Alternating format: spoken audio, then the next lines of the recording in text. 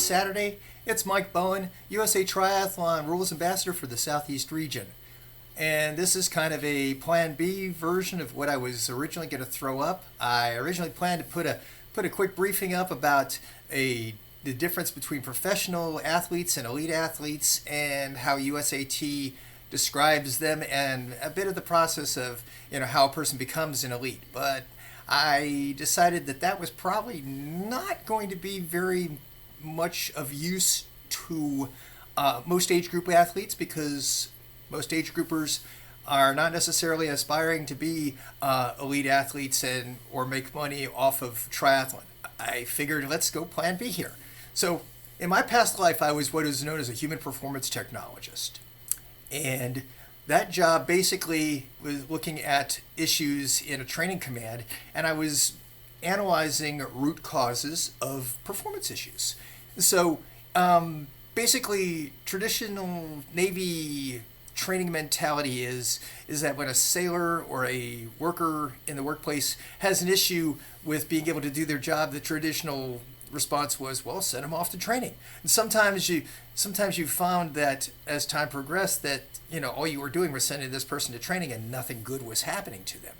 Training wasn't helping them, and that's because the root causes of performance issues are broken down into like 6 different types of categories. And 3 of them are internal to an individual performer. I'll just talk briefly about those. One is motivation, and one is ability, and one is knowledge. But the 3 that's external to a performer was the stuff that I tended to really look up close and personal at.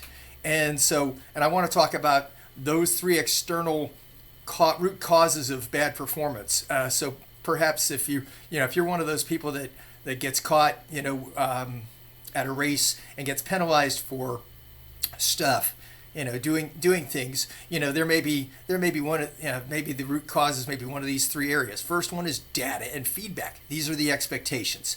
Okay, USA Triathlon, they lay out their expectations for your behavior in the competition rule book. Okay, so there's 5 different sections of the comp rule book that are germane to the individual athlete performance on race day. And I'll just touch on each of these real quick.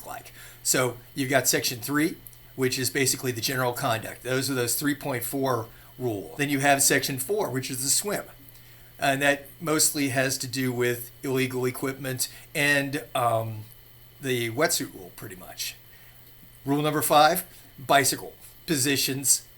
Position on the course, or technology that's not allowed on the bicycle. All right.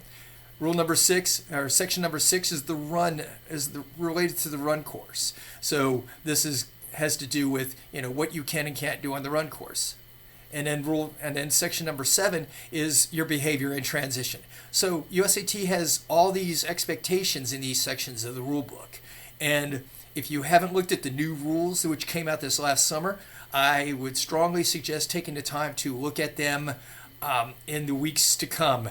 They've done a rewrite of the rule book, and it's very much an easier read than it used to be there.